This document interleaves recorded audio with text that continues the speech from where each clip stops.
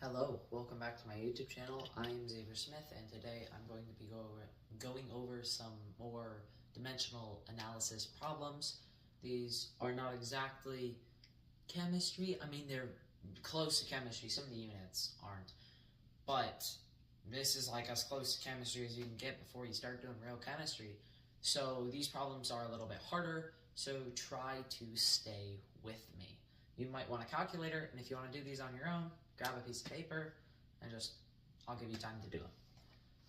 All right, so we're doing two questions. Our first question is, a solid block of substance is 74 centimeters by 55 centimeters by 29 centimeters, and it weighs 625 kilograms. Determine the density. Would it float in water? The density of water is 1 gram per cubic centimeter. Well, per centimeter cubed. And then the formula for density is density equals mass divided by volume. So, if you want to do it by yourself, I'll give you a few seconds to pause the video. All right. Well, what I see is that volume is a cubic the volume we're going for at the end is cubic meters. And guess what we start with? We start with centimeter. Well, centimeter cubed, sorry. Yeah, centimeter. And how do you find volume? Well, it's length times width times height. So we're already in centimeters cubed. Isn't that great? So I'm going to put the 625 kilograms on top because that is our mass over our centimeters cubed. Whatever that is, I can multiply that out at the end.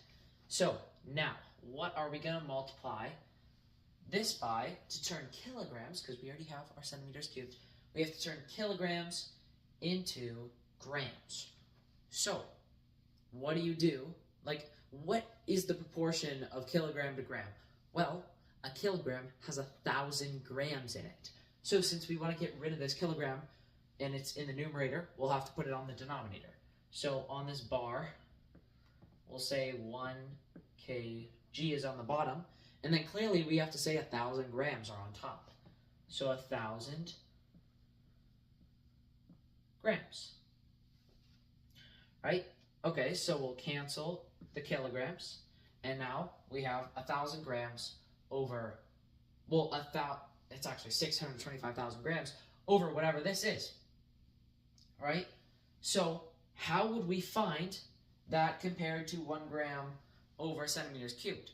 Well, I think first it could be helpful. I like to just multiply this all out and get it. So it's 600, well, I'll just do this. 74 times 55 times 29 equals, that's a big number. That's 118,030. So I'll do 625,000 divided by 118,030 equals, this will equal out to it's approximately 5.3 grams per centimeter cubed. All right, I mean, technically I'm supposed to go out it's 5.3 grams per centimeter cubed. Approximately, I could use significant figures, but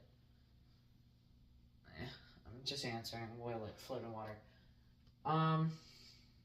But if I was using significant figures, I guess I could use 1 sig fig, or I could use 3 sig figs. I'll just go out 3. This is 3, if I add a 0 here. 5.30 grams per centimeters cubed. So what is that in comparison to 1 gram per centimeter cubed? Compare the densities now. So if you want something to float, it has to have a lower density than whatever you're trying to get it to float on. So anything that floats in water has a lower density than 1 gram per centimeter cubed. Now, if we look, 5.30 is greater than 1. Right? Clearly, I think you can see that. It's 5.3 times greater than 1. So what does that mean? Will not float. Will not float. All right, and then this, like approximately 5.30 grams per cubic centimeter cubed is our density. Now, to the next problem, which is a little bit harder. All right, our next problem is the bromine content of the ocean is about 65 grams of bromine per million grams of seawater. How many cubic meters of ocean must be processed to recover 1 pound of bromine if the density of seawater is 1 times 10 to the third kilograms per meter cubed? And 10 to the third is 1,000. So this will be 1,000 kilograms per meter cubed. Per cubic meter.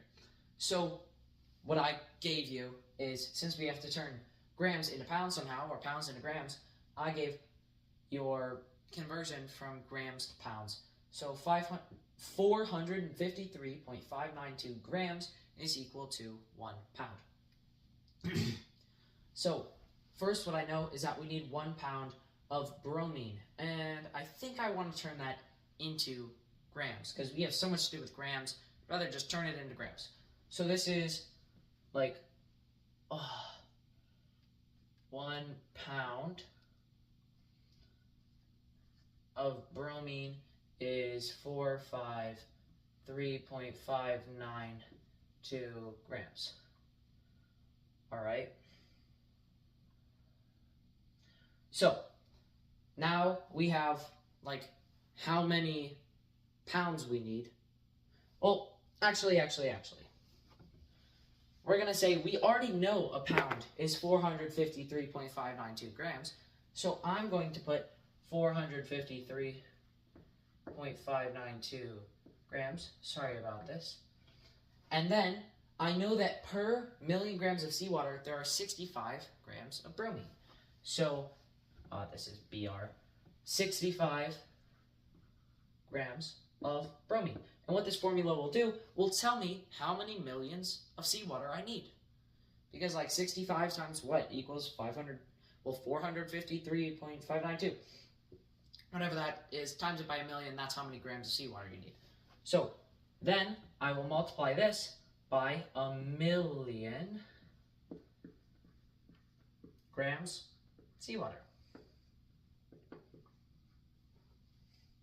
All right. And now I have how many grams of seawater I need. And then what we're asked to is find how many cubic meters of seawater is needed. So we have this in grams right now, correct? But the density of seawater is given in kilograms. So what we need to do is now convert this to kilograms.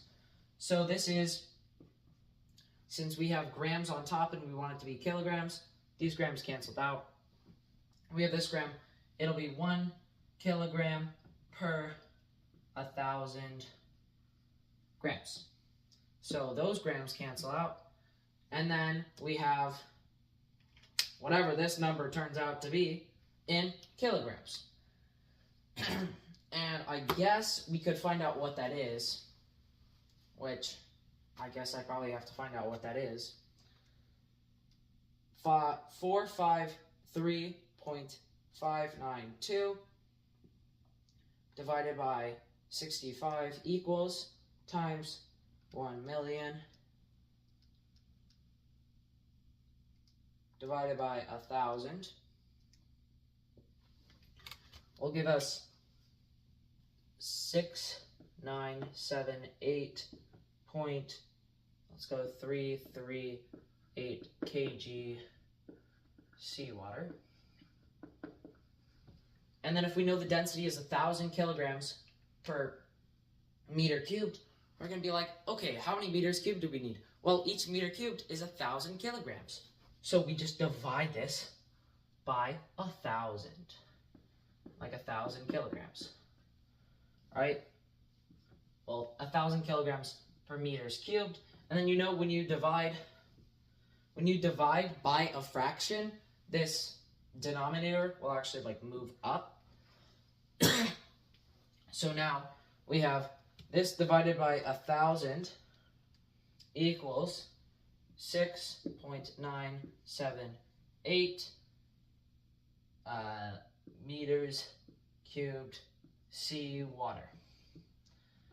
And then if we want to like shorten that, yeah, we can leave it as this, or I can shorten this to 6.98, I believe. I believe this can be shortened to 6.98 meters cubed seawater. Alright, thank you for watching, and I hope this video was helpful.